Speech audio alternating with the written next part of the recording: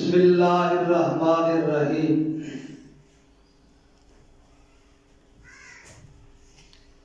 یا ایھا الذین آمنوا اتقوا اللہ وقولوا قولا سدیدا یصلح لکم اعمالکم ویغفر لکم ذنوبکم ومن یطع اللہ ورسولہ فقد فاز فوزا عظیما قال النبی صلی اللہ علیہ وآلہ وسلم کل امتی یدخلون الجنہ الا من ابا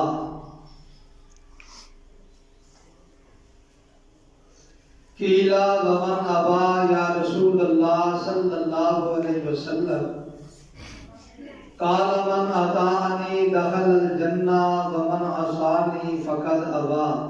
اللہ تبارک و تعالیٰ نے میری اور آپ کی کامیابی جناب محمد الرسول اللہ صلی اللہ علیہ وآلہ وسلم کی اطاعت میں فرما برداری میں رکھی ہے۔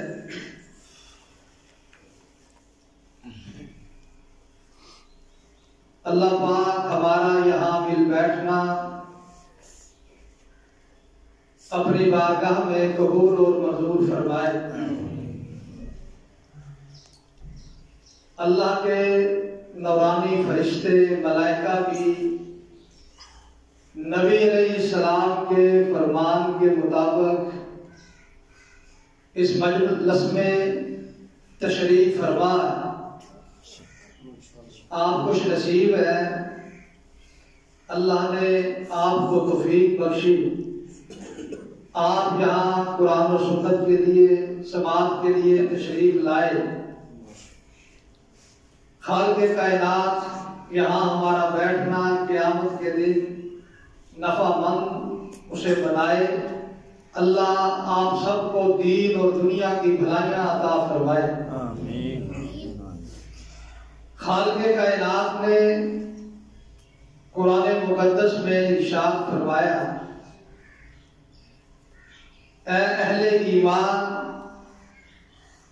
اللہ سے ڈر جاؤ، سچی کھری اور صاف بات کا اظہار کرو، اللہ تمہارے اعمال سنوار دے گا، تمہارے گناہوں کو اللہ معاف فرما دے گا۔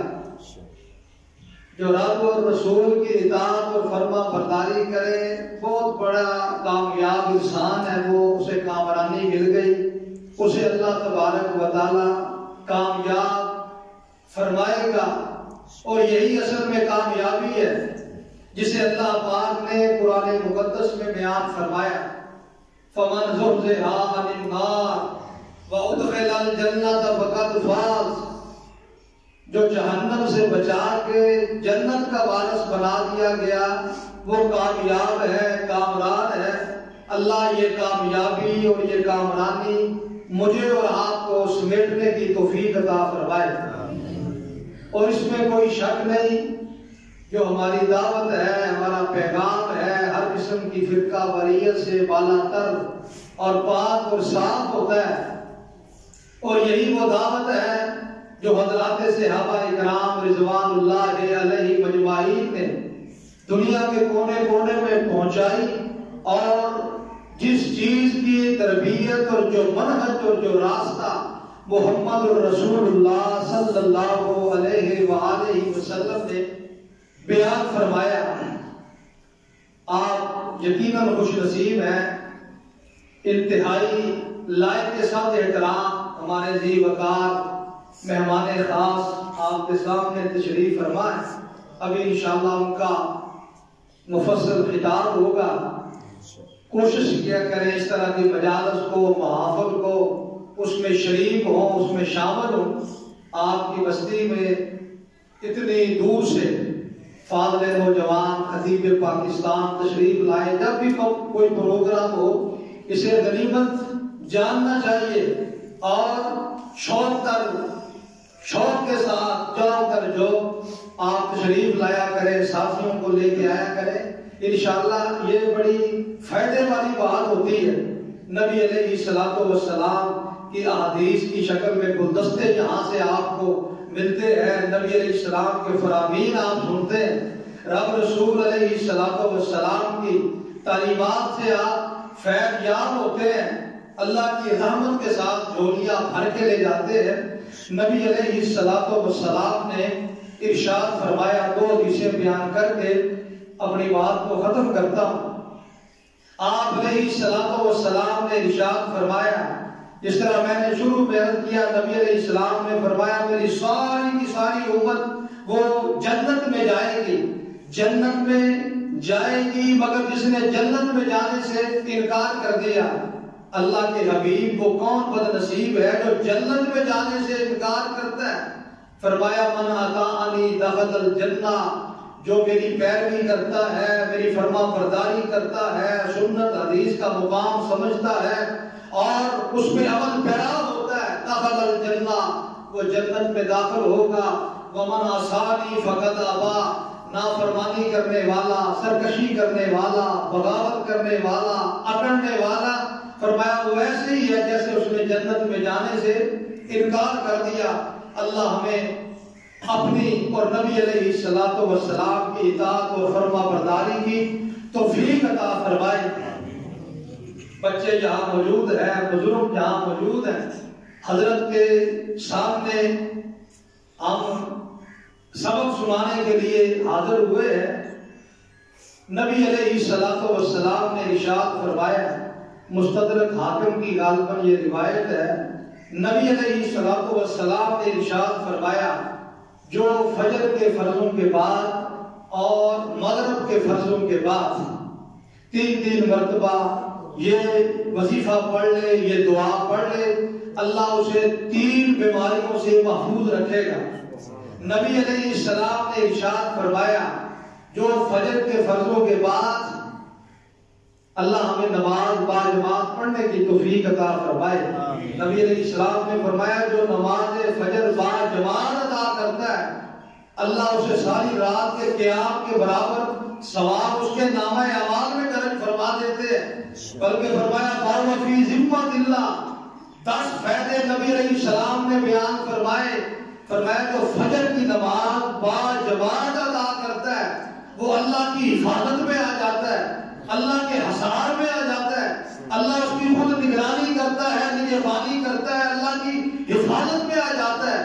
اللہ ہمیں نماز پڑھنا با جماعت سنت کے مطابق پڑھنے کی توفیق عطا فرمائے۔ ظہر کے بارے میں فرمایا کہ ظہر میں اللہ کے نورانی فرشتے وہ حاضر ہوتے ہیں۔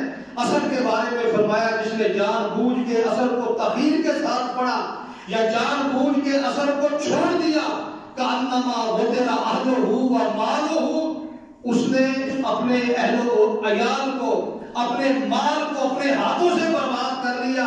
اور کہیں فرمایا اللہ اس کے سارے اعمال تباہ و برباد کر کے رکھ دیتا ہے۔ جو عصر کی نماز کو جان بوجھ کے فوت کرتا ہے، پڑھتا نہیں مگر ٹال کے پڑھتا ہے۔ فجر کی نماز نبی علیہ السلام نے اس کی بڑی فضیلت بیان فرمائی۔ فرمایا یہ جو فجر کی 2 سنتیں ہیں، 2 سنتیں، دنیا وما فیہا میں جتنا خزانہ ہے، جو کچھ بھی ہے، یہ فجر کی 2 سنتیں مجھے ساری دنیا کے خزانے سے زیادہ محبوب اور پیاری ہیں۔ سنتیں اتنی پیاری ہیں تو جو فجر کی 2 رکعتیں فرض ہیں ان کا مقام کیا ہوگا۔ اللہ ہمیں نماز با جماعت ادا کرنے کی توفیق عطا فرمائے۔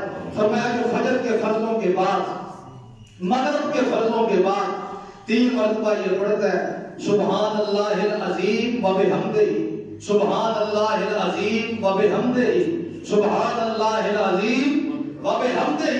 نبی علیہ السلام نے فرمایا اللہ تبارک و تعالیٰ اسے کوڑ، خودبیری اور برس کے مرض سے محفوظ رکھے گا۔ اللہ کبھی اس کو اندھا نہیں کرے گا، اللہ اس کی بینائی کو سلب نہیں کرے گا۔ اور نبی علیہ السلام نے فرمایا کبھی اس پہ فالج کا حملہ نہیں ہوگا۔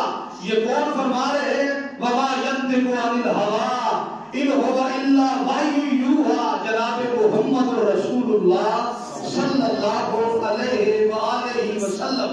اور نبی علیہ السلام نے ایک اور مقام پر ارشاد فرمایا، حدیث کی اکثر کتب میں یہ موجود ہے، اہل علم تشریح فرمائے، مشہور یہ وظیفہ ہے، کلمات ہے، 10 فائدے حدیث میں ہم نے سنے ہیں، ہم نے پڑھے، زیادہ بھی ہو سکتے ہیں جو ہم نے پڑھے ہیں، جو سنے۔ نبی علیہ السلام نے ارشاد فرمایا، جو فجر کے بعد 3 مرتبہ، مغرب کے بعد، فجر کے بعد 3 مرتبہ یہ پڑھ لے، رضیت باللہ ربا وبالاسلام دینا وبمحمد نبی صلی اللہ علیہ وسلم۔ نبی علیہ السلام نے جہاں اور بہت سے فائدے فرمایا دشمن کا خوف ہے، بندہ عدالت میں جا رہا ہے، کچہری میں جا رہا ہے، پڑھنا شروع کر دے، فجر میں تو ویسے پڑھنے ہیں، مغرب کے بعد آپ نے پڑھنے 3 مرتبہ۔ نبی علیہ السلام نے ارشاد فرمایا، بندہ موحد ہے، متبع سنت ہے، راسخ العقیدہ ہے، صحیح العقیدہ ہے، قیامت کے دن یہ دنیا پہ کلمات جس نے پڑھے ہیں اس کا ہاتھ ہوگا اور جناب محمد رسول اللہ صلی اللہ علیہ وسلم کے ہاتھ میں ہوگا، اور اس طرح وہ جنت میں محمد رسول اللہ صلی اللہ علیہ وسلم کے ساتھ داخل ہوگا۔ اور یہ چیزیں کب آپ کو ملیں گی؟ جب آپ مسجد میں آئیں گے، مدارس کا رخ کریں گے، انہیں مضبوط بنائیں گے، انہیں آباد کریں گے، امام مسجد کے ساتھ رابطہ رکھیں گے، خطیب مسجد کے ساتھ رابطہ رکھیں گے، ادب کریں گے، احترام کریں گے، تضامن ہو کے بیٹھیں گے، یہاں سے آپ بہت کچھ حاصل کر کے جائیں گے۔ اللہ تبارک و تعالی ہمیں قرآن و سنت کے مطابق عمل کی توفیق عطا فرمائے۔